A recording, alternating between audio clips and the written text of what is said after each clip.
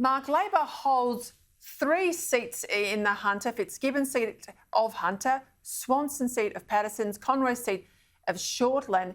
Fitzgibbon and Swanson say Labor's staring down the barrel of a big loss at the federal election. Conroy effectively says, well, nothing to see here. You know that part of the country very well.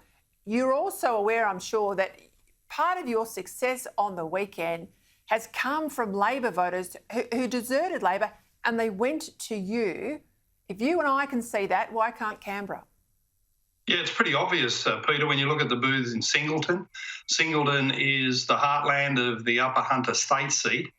And in those booths, there was a 15% swing, primary vote swing against Labor, and One Nation was picking up 20%. So you don't need to be Einstein to work out the vote transfer was directly from Labor to One Nation, and it's on job security. It's on the future of coal mining.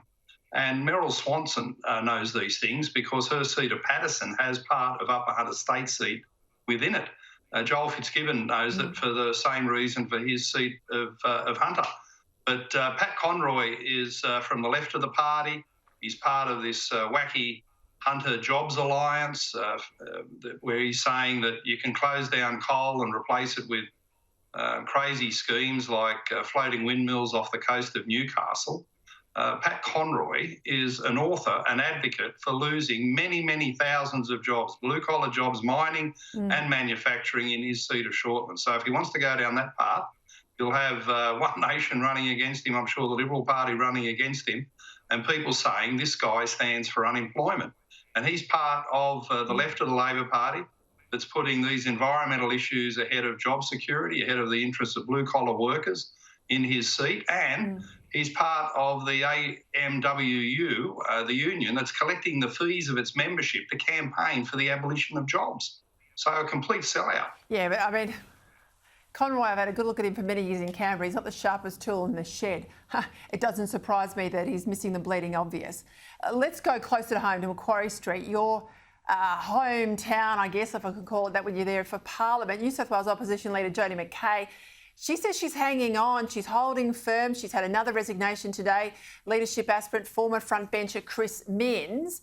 Now, he was very credible laying out his alternative vision for Labor in his press conference today, but he still won't jump. He won't confirm that he's going to take a tilt. Let's have a listen. The Labor Party over the last 2 years has been too negative. I don't think negative politics works. I think we need answers. I think there's a real space for the New South Wales Labor Party and social democratic parties around the world to come up with the answers to the problems facing working families and working people. I speak to a lot of people in the electorate of Cogra every single day, and none of them tell me, look, I can't wait to read your next press release criticising the New South Wales government. They want us to stand up and say, here's our alternative. And even those people that are wedded onto the New South Wales and Liberals and Nationals, they want a contest. They want a contest from Labor, and they want some positive plans and solutions to what I think are the real challenges facing New South Wales.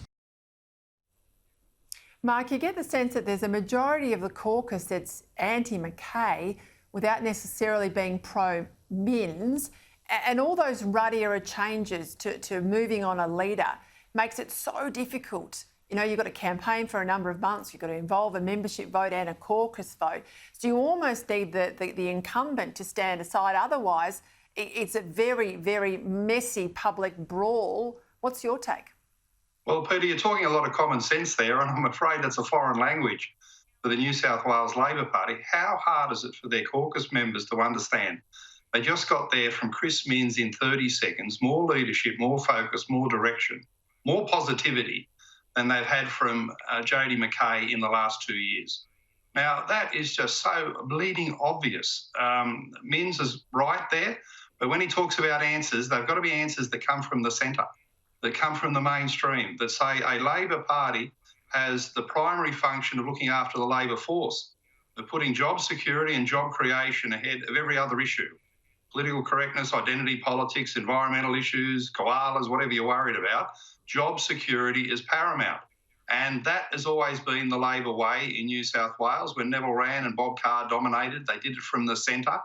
And one of the great things, if Minns was to get the leadership, one of the things he's got to do, I've got to say I've been stunned by it, is just the absolute colonisation of the New South Wales right faction which traditionally is the ballast of common sense in New South Wales Labor, by the left. The left faction in New South Wales don't have to do anything because all the lefties have colonised the New South Wales right, and they're out there on destroying coal jobs, on destroying fossil fuel jobs, on taking no interest whatsoever in manufacturing. I sit there in that upper house and it's so instructive, Peter. Labor MPs now talk about gig economy jobs, whatever that is, hospitality jobs, tourism jobs, arts sector jobs. I can't find a single MP who stands up and talks about mining and manufacturing jobs, and that tells you everything you need to know. I tell you, that left cancer inside the Labor Party, though, is also afflicting the Liberals in Macquarie Street and in Canberra. Mark Latham, brilliant as always. Thanks for your time. Oh, yes, it's a wide-spreading virus, don't worry. Yeah, I think it's worse than COVID. Anyway, Mark Latham, thank you.